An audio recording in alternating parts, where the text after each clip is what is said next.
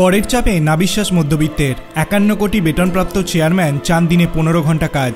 বাড়িতে বউয়ের দিকে তাকিয়ে বসে সময় নষ্ট করা থেকে অফিসে কাজ করুন না, একথা আমরা বলছি না। এই ধরনের মন্তব্য করেছেন একটি কোম্পানির চেয়ারম্যান। লার্সেন অ্যান্ড টুবর চেয়ারম্যান তার সংস্থার কর্মীদের সপ্তাহে 90 ঘন্টা কাজ করতে বলছেন, সে নিয়ে তোলপাড় চলছে। ওই শীর্ষকর্তা কর্মীদের বলেছেন, বাড়িতে থেকে কি হবে, কতক্ষণ স্ত্রীর মুখের দিকে তাকিয়ে থাকবেন, তার থেকে অফিসের কাজ করুন। কোম্পানির ভালো, আপনার ভালো।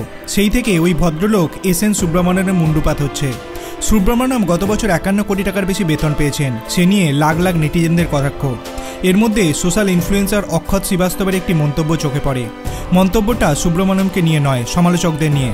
অক্ষত লিখেছেন, বেচারা সুব্রমণ্যম, সরকারকে ঘুমাতে দিচ্ছে না, জনগণকে শান্তিতে বসতেও দিচ্ছে না।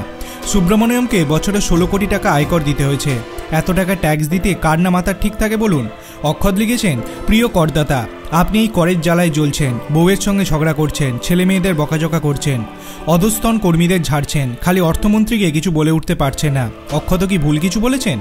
বাজেটের আগে মঙ্গলবার কেন্দ্রীয় অর্থমন্ত্রীর সঙ্গে দেখা করে বণিক সভার প্রতিনিধিরা CII, ICC, Punjab chambers and কমার্সের মতো সংগঠন একসুরে জানিয়েছেন, করের ভারে মধ্যবিত্তের কোমর ভেঙে যাওয়ার জোগাড়। 20 লাখ বা তার কম আয়ের করদাতাদের উপর ভার কমাতে হবে, জিএসটি পরিকাঠামোকে বদলাতে হবে। পপকর্নের উপর 3 ধরনের জিএসটি, এই কখনো কাঙ্ক্ষিত রেজাল্ট দিতে পারে না। বণিক সভার বক্তব্য, এফএমসিজি সেক্টরে মন্দা স্পষ্ট, লোকের হাতে টাকা নেই, খরচ করার ইচ্ছা থাকলে উপায় নেই, মধ্যবিত্তরা দুর্বল হলে অর্থনীতির ভিতটাই নড়ে যাবে।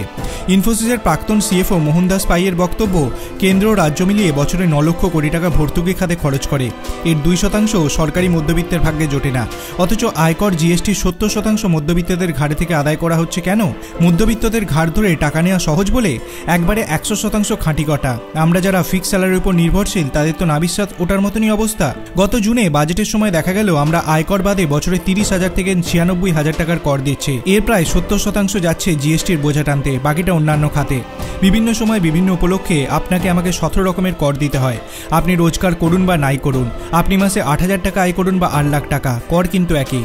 এইরকমভাবে চলতে থাকলে ভারতের অর্থনীতি কি বিধ্বস্ত হয়ে পড়বে? সেটি আপনি ভিডিও কমেন্ট সেকশনে জানাতে পারেন। ভিডিওটি ভালো লাগলে লাইক করবেন, চ্যানেলটিকে সাবস্ক্রাইব করতে ভুলবেন না। ধন্যবাদ।